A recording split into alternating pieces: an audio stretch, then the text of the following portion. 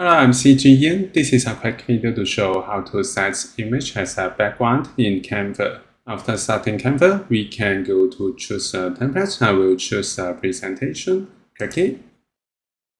And then a presentation design page is created. Next, I click here and show the artboard.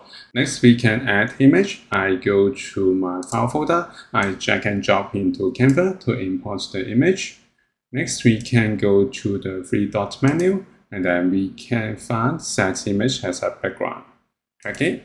So we set image as a background. If we want to make a further adjustment, we can double-click, and we can rotate, and we can move it.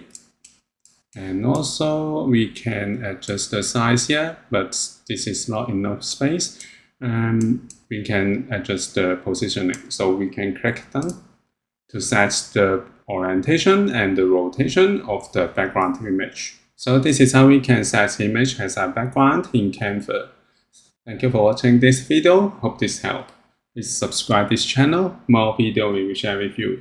I'm CG Yin. See you in the next video.